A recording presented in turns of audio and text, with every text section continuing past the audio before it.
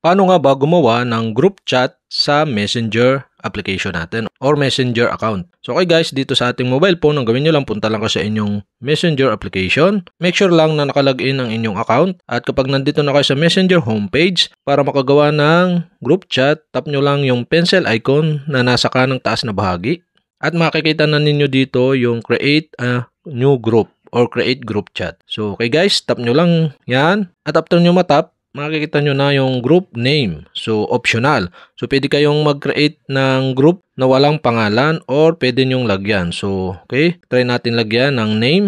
So, Kabili Family. Yan. Example natin, yung group name natin is Kabili Family. So, pwede namang wala. Optional lang daw yan. Para may-add yung inyong mga friend or kakilala sa inyong group chat. So, dito sa baba, makikita nyo yung mga friend nyo. So, pwede nyong itap. Halimbawa, tap natin itong Renzel Kabili, add natin. Tapos, Raiden Kabili, tsaka yung Chad. So, pagka hindi nyo makita dito sa baba, so, pwede naman ninyong search. Tap nyo lang yung search. Halimbawa, search natin Alona Kabili. Yan. Tap natin yung Alona Kabili. So, nalabas naman sa search kung friend nyo yung inyong gustong i-add. Yan. Meron na tayong 4 dito na friend na ating isasama sa group. Yan. Ganun lang mag-add ng friend. So, okay, create na natin yung ating new group na ang pangalan is Kabili Family. So, tap na natin itong create button na nasa kanang taas na bahagi. Yan. At ayun guys, successful na tayo na nakakreate ng group chat sa Messenger. So, paano makita yung member? Nandito naman yung information, yung tap nyo yung member, yan. So, ito yung ating mga inad.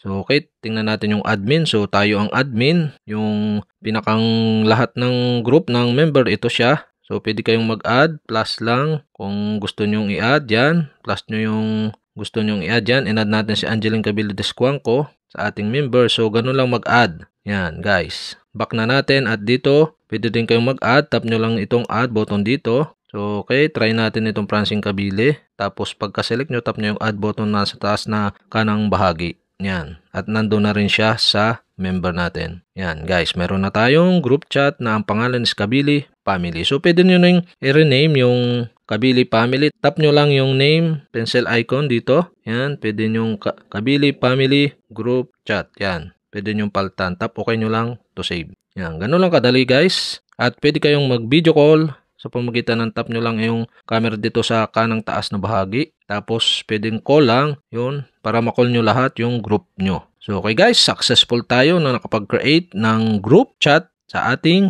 Messenger. So, sana nakatulong itong video na to at kapag may mga katanungan kayo, mag-comment lang kayo below. At kapag hindi ko pa kayo subscriber, mag-subscribe lang kayo sa aking YouTube channel. Click nyo lang ang subscribe button at ang bell para updated kayo sa mga video like this. Okay, salamat sa panonood.